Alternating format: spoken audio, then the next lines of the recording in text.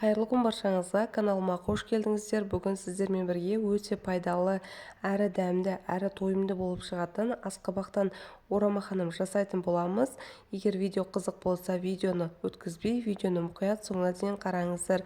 Ал ендеше бастаймыз, менімен бірге болыңыздар. Ең алдымен ыдысымызға бір жұмыртқаны саламыз, оның артынан салқын су құямыз. Бұл жерде менде 200 мл салқын су, ал оның артынан 1,5 чайный ложка тұз саламыз. Тұзды да салып, жақсылап араластырып аламыз.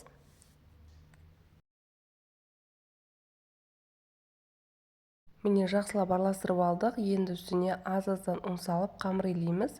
Қамырымыз қатты жұмсақ та болып кетпеу керек, қатты да болып кетпеу керек. Орташа қаттылықта қамырымызды әдемілеп илеп аламыз.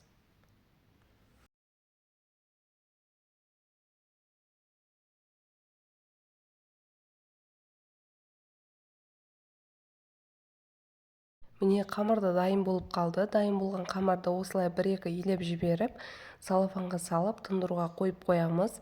Қамырымыз тынғанша біз ханымның ішіне салатын салмасын дайындайтын боламыз. Бізге осындай орташа үлкендіктегі бір асқабақ керек болады. Осы асқабақты ашып, теркадан шығаратын боламыз. 5-10 минуттан кейін қамырымызды қайта алып, 1-2 осылай илеп жібереміз. Себебі жайған кезде өте әдемі болып жайлады. Мені осылай 1-2 илеп жіберіп, қайта салафанға салып тындыруға қойып қоямыз. Міне асқабақты да пиязды да ашып жуып тазартып алдым. Енді пияз бен асқабақты турайтын боламыз. Ең алдымен пиязды видеодағыдай етіп, жіңішке етіп майдалап турап шығамыз барлығын.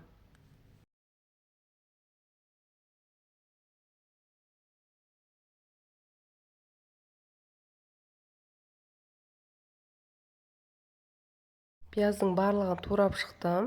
Енді асқабақты теркадан өткізетін боламыз. Менде осындай терка, барлық асқабақты бір келгетіп теркадан шығарып аламыз. Егер теркадан шығармасаңыз, асқабақты майдалап турап салсаңыз да болады.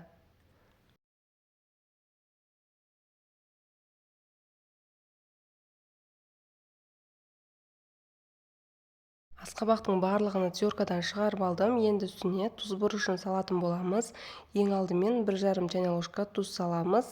Ал оның артынан осындай қара бұрыш қостым. Өзіңіздің қалауыңызға қарай көп аз сала бересіз. Оның артынан осындай қызыл бұрыш қостым.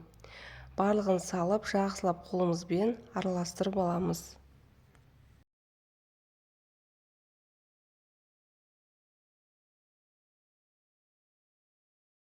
Міне ханымның ішіне салатын салмасы дайын болды. Көріп тұрғандарыңыздай, енді тынған қамырымызды алып жаятын боламыз. Мен бұл жерде 2 зуалаға бөлдім.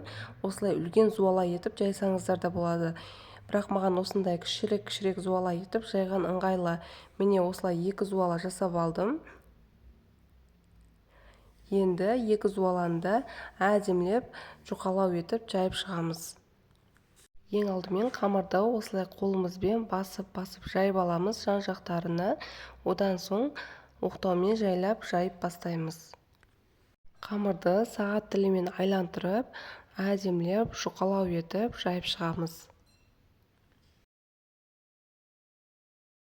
Міне қамырды да жайып болдық, жұқалау әдемілеп жайып алдық. Енді үстіне осылай сұйық майда құйып, бір келгетіп барлық жеріне жағып шығамыз.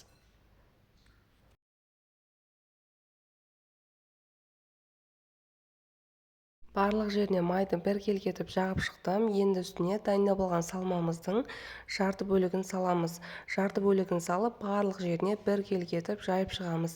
Міне барлық жеріне бір келгетіп жайып шықтым. Енді видеодағыдай етіп қамырды орап шығамыз. Егер қамырды ортасынан кеспей өзіне орасаңыз, өте жуан, үлкен болып кетеді піскен кезде, сондықтан ортасынан бөлгендеріңіз дұрыс. Міне осылай орап шығамыз. 2 бөлігінде. Осы уақыт аралығында мантаварканың кастрюліне су құйып, суына қайнатып қоямыз.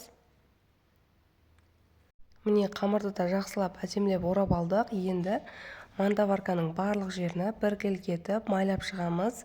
егер майламасаңыздар қамыр жабысады, сондықтан майлау керек. Міне майлап болдық. Енді дайындап болған қамырымызды осылай саламыз. Қамырды бір-біріне қатты жақын жабыстырып салмау керек, болмаса жабысып қалуы мүмкін. Міне салып алдық. Енді үстіні осылай кішкене майлап шығамыз. Міне барлығы дайын болды. Енді қайнап тұрған кастрюльдің үстіне мантываркаларымызды қойып 45 минуттай жоғары отта пісіріп аламыз. Міне асқабақтан орама ханымымыз да пісіп дайын болды. Енді ханымдарымызды кесіп тарелкаға салып отбасымызға ұсына берсек те болады. Көріп тұрғандарыңыздай өте әдемі, дәмі деген керемет болып шықты. Әрі пайдалы, әрі тойымды болып шығады. Сіз де дәл осы рецептпен жасап көріңіз. Егер менің видео рецепт ұнаған болса, лайк басып пікір қалдырыңыз. Назарларыңызға рахмет. Қош, сау болыңыздар.